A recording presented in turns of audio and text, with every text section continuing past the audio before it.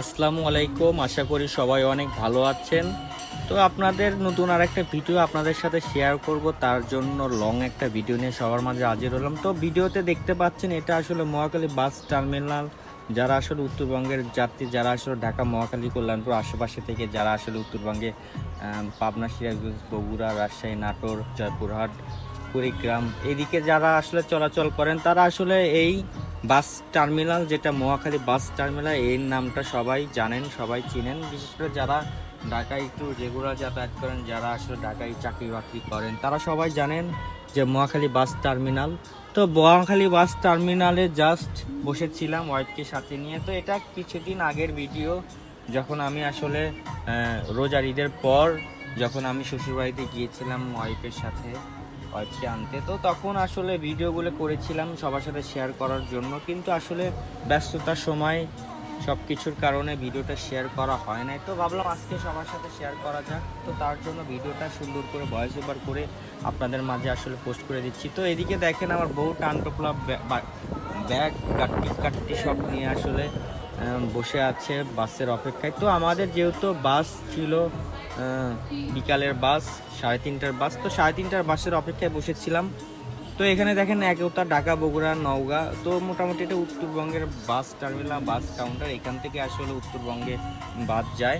তো মোটামুটি কাউন্টার থেকে আমরা বাসে উঠে জাস্ট জামগুলো ঠেলছিলাম হাঁটি হাঁটি পা পা করে। আর সেই ফাঁকে কিছু ভিডিও করেছিলাম সবার সাথে শেয়ার করবো। তো এইগুলো ভিডিও ফুটেজ যা আপনারা দেখতে পাচ্ছেন, আমি আসলে যাচ্ছিলাম, আমার বাসে ওঠা শেষ।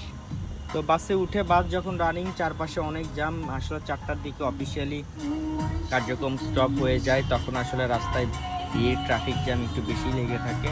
তো এই হচ্ছে ঘটনা, সবাই ভিডিওতে দেখতেই পাচ্ছেন। তো আমি জাস্ট বাসের ভিতর থেকে জাস্ট ভিডিও করতেছিলাম।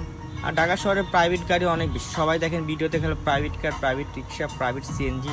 তো সবাই স্বাচ্ছন্দ্যে চলাচল করার জন্য, তো ঢাকা শহরে ম্যাক্সিমাম লোকজন প্রাইভেট বাহনে করে আসলে চলাচল করতে স্বাচ্ছন্দ্য বোধ করে। এই জন্য এক একজন দেখা যাচ্ছে 40 লাখ, 50 লাখ, 1 কোটি, 2 কোটি, যার যেরকম টাকা আছে সে সেরকম টাকাতে গাড়ি কেনার ব্যবস্থা করে থাকে। তো এদিকে দেখছেন মহাখালী ফ্লাইওভারটা সুন্দর করে আলোকসজ্জা করেছিল বাজাজ, ওরা আসলে ওদের রং পেইন্ট কোম্পানি থেকে। তো আমি জাস্ট ভিডিও করে নিয়েছিলাম। বাসের ভিতরে পাশের সাইড লেনে দেখেন প্রচণ্ড পরিমাণ সিগন্যালের কারণে জ্যাম।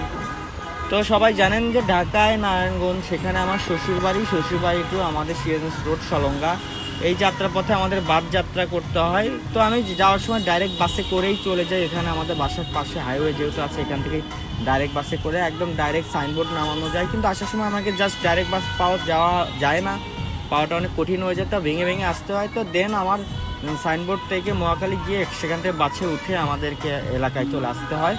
তো হচ্ছে ভিডিও দেখেন, আসলে ভিডিওটা ভেবেছিলাম অনেক আগেই সবার সাথে শেয়ার করে দিব, কিন্তু ব্যস্ততার কারণে সেটা হয় নাই। তার জন্য আজকে সবার সাথে শেয়ার করলাম। সবাই ফেসবুকে আমাকে একটু সাপোর্ট করবেন। আর এখন দেখা যাচ্ছে এই উইকে আর মাত্র 7টা ফলোয়ার হলে মোটামুটি এই উইকের কার্যক্রমটা আমার সম্পূর্ণ হয়ে যায়, কিন্তু অতি ব্যস্ততা, তার কারণে আসলে কোনো